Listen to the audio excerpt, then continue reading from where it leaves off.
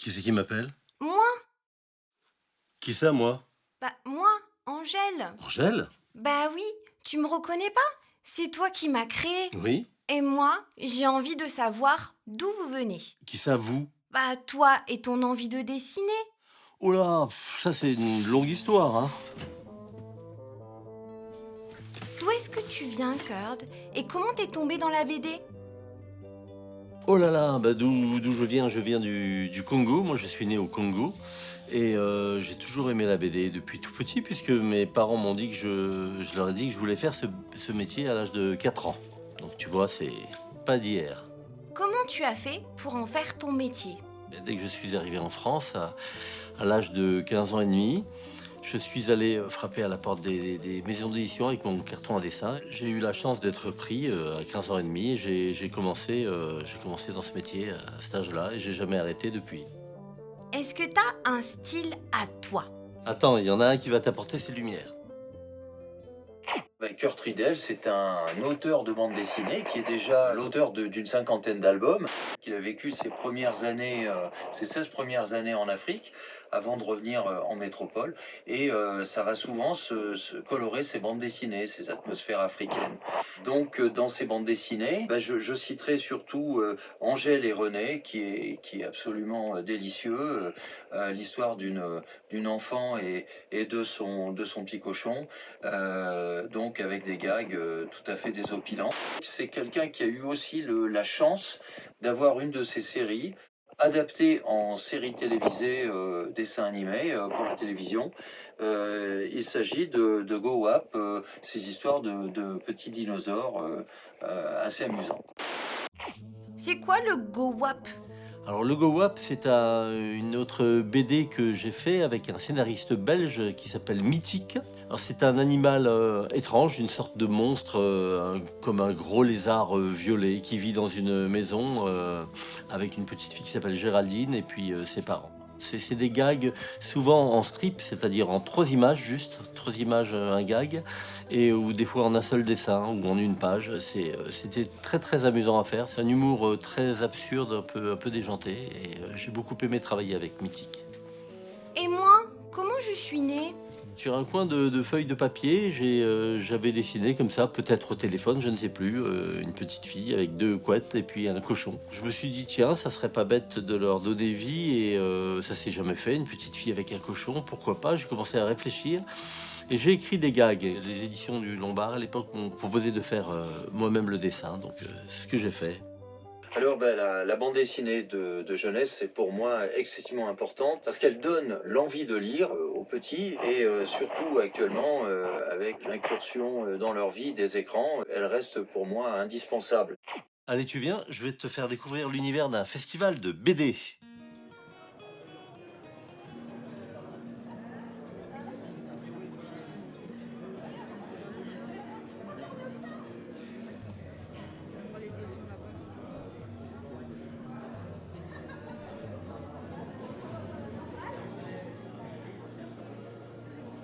De s'auto-éditant aussi, on se contacte régulièrement et on se voit plus régulièrement, soit sur des festivals, soit effectivement par téléphone, par Discord, etc.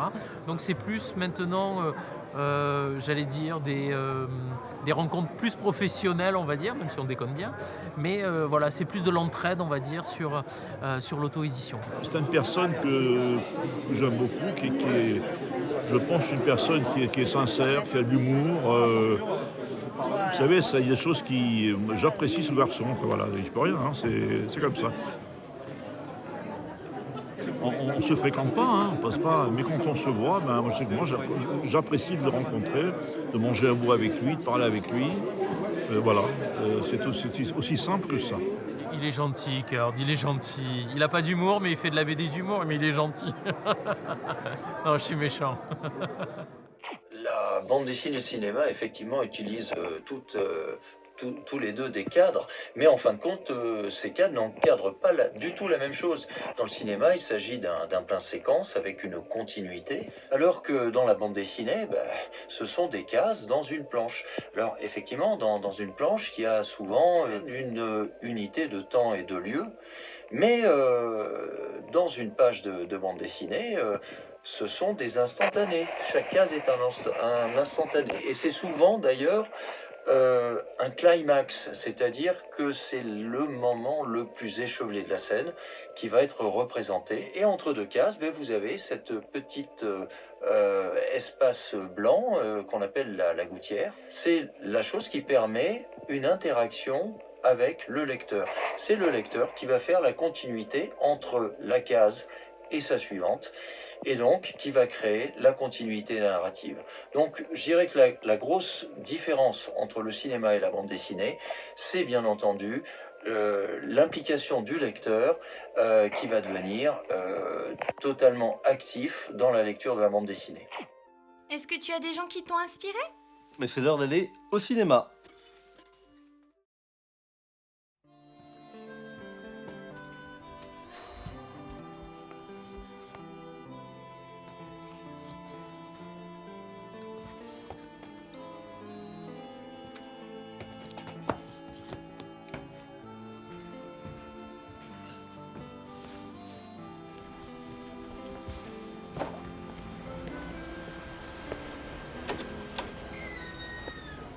Et bonjour. Bonjour. Prendre une place. Une place. Ouais. Fury au Missouri, du coup, la salle 1, tout droit au fond du couloir. Pour vous Super. installer. Merci. Bon film.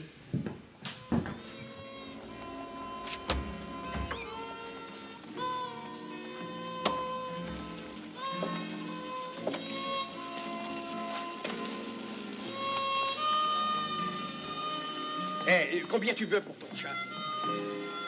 Ah, voilà le meilleur. Allez, donne-la ta belle. Il y a des mois qu'on n'a pas mangé de viande.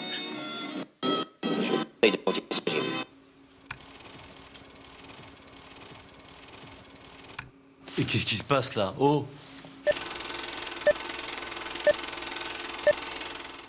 Kurt! Kurt! Hé, Kurt! Et qu'est-ce que tu fais là, Marc? Je te connais à travers la bande dessinée, on s'est déjà croisé plusieurs fois sur des salons de BD, je connais ton œuvre, ce cinéma populaire qui malheureusement a disparu de nos jours et qui à travers tes commentaires revit et nous donne envie justement d'aller plus loin pour retrouver toutes ces pépites qui sont un peu oubliées. Ah bah, je te remercie, mais tout ça, ça me tient à cœur. Hein. Au cinéma, quand j'étais gamin, j'habitais en Afrique, au Congo, et puis la grande distraction, on n'avait pas la télé, hein, bien sûr, c'était d'aller au Cinoche, voir des films d'aventure, des westerns et compagnie. Donc ça m'a pris vraiment gamin. Alors ce travail que tu effectues à travers les bonus, il est vraiment très très important hein, parce qu'il permet de valoriser des œuvres qui sont souvent un peu oubliées ou alors très très dédaignées, qui pendant longtemps ont été dédaignées par une certaine critique. Ça, c'est bien vrai. Grâce à toutes les anecdotes de production, de réalisation et tout ça que tu évoques dans les films, permet de valoriser des films auprès de ce jeune public qui aurait un peu disparu jusque-là, quoi. J'ai été contacté pour faire des bonus, c'était chez Seven Set, je crois. Il savait que j'étais passionné de cinéma italien et surtout de western. Et il m'a appelé pour présenter le premier film. Et de fil en aiguille, ça a été comme ça, j'en ai fait pas mal après.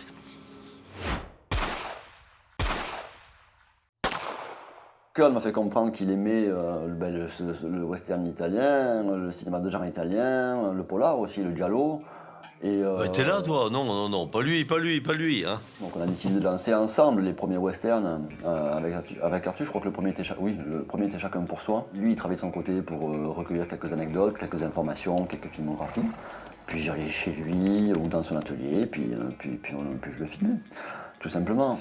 Artus Film, c'est pareil, ça s'est enchaîné. Hein. Il m'a demandé si je pouvais lui choisir les films, séparer le bon grain de livret, un petit peu de faire le choix là-dedans, et puis après de les présenter. Ce que je fais avec plaisir, c'est vraiment le plaisir de partager une passion, en fait.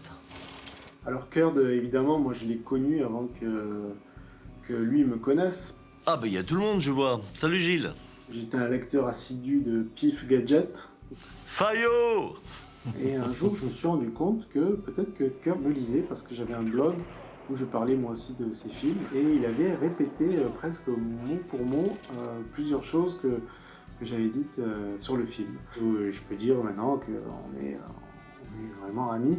Ton savoir-faire pour remonter les films, remonter les séquences, couper, etc., retrouver les bouts qui ont été perdus d'un film, des fois, c'est vraiment génial. Tout ce que tu fais, c'est vraiment super. Ils ont eu peur de nous. Seigneur Max. Les bonus, ça a forcément une importance si les gens qui regardent le film ne sont pas des spécialistes. Oh bah Alain, mon vieux pote, dis donc, on en a fait des choses. Les gens qui ont la curiosité de regarder les bonus, oui, bah, ils apprennent forcément des choses. Ça permet à ce public potentiel de se cultiver, quoi. Tu m'étonnes. D'aller plus loin dans leur passion s'ils ont un centre d'intérêt sur les films. Pour une fois, je pouvais discuter avec quelqu'un de tous les acteurs que je connaissais et qui savait de qui je parlais. Et on avait vu les mêmes films, on avait la même passion, le même engouement. Et puis voilà, c'était super quoi, de rencontrer quelqu'un qui avait les mêmes aspirations. C'était génial. Le cinéma italien, bon, comme tout le monde le sait, a été très riche, très prolifique. C'est-à-dire qu'il suffisait qu'il y ait un succès, souvent d'un film américain, et les Italiens allaient le plagier, allaient faire des copies, mais souvent qui étaient bien meilleures à l'original. Il y a vraiment des gens qui font de la BD cinématographique. Ah bah oui, hein. Quoi de plus référentiel que le cinéma? Voilà, tu regardes un film, tu as un angle de prise de vue, voilà, tu filmes par en bas, tu filmes par en haut. Bah en fait, la BD et le cinéma, c'est un peu la même chose. C'est le plaisir de raconter une histoire, d'y mettre tout son cœur et toute son âme et de penser à distraire le public. Et après, en avant l'aventure, c'est parti.